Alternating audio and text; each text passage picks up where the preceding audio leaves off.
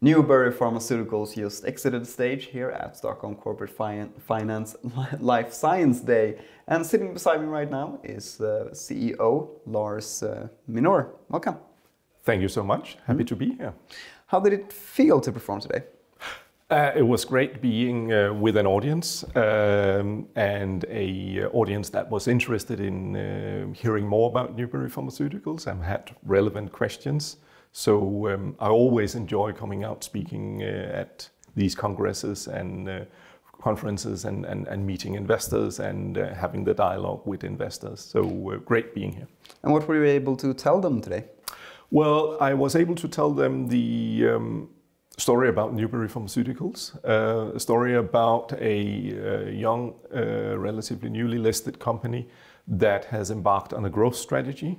I shared the story about a snowball, which is a picture of what Newbury has embarked on in terms of their growth strategy. We have a number of products lined up for launches that we have in-licensed, and it's basically assembling or a replicate of snowballs that we have packed and have started rolling down the mountain.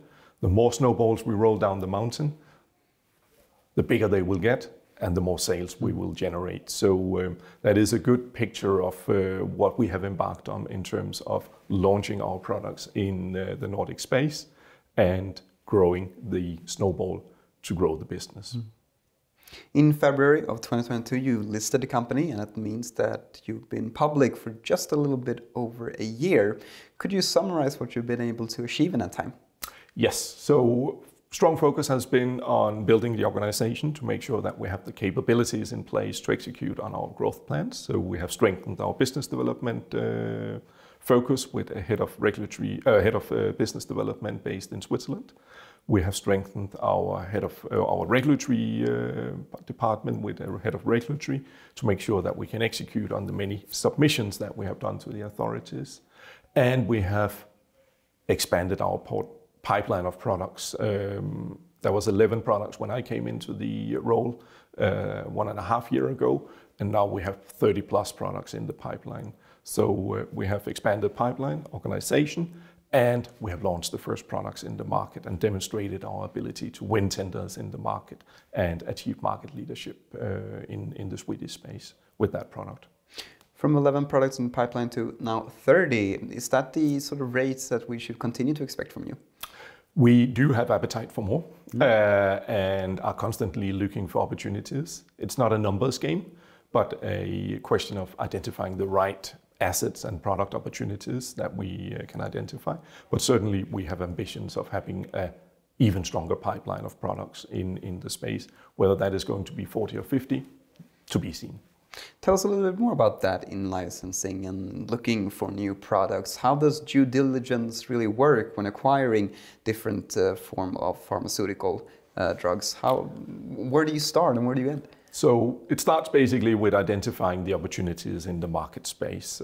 What are the major categories? What are the product specifics that we're looking for? And where are there products which are going off patent where we can have a license to acquire a similar product and compete with the originator? Then, so it's a lot of, let's say, insights and number crunching and analysis that needs to be done. Then we start a process of identifying who's competitive in the market space of delivering such a product, who has the capabilities to deliver a registration file, who has the capabilities of arranging for supply, and who is the first to market and who is the most competitive in terms of supply prices. And that's the due diligence that we do in terms of making sure that we have the right partners in our portfolio. And from what I understood, you're only in licensing pharmaceutical drugs and other innovations in their last stage of the regulatory process. Could you talk to us a little bit about the risk reward and how that sort of changes during a regulatory process? Yeah. So in contrast to, I come from the innovative space with research and development, and I'm fully aware of the binary outcome of clinical trials, which can be it works or it doesn't work.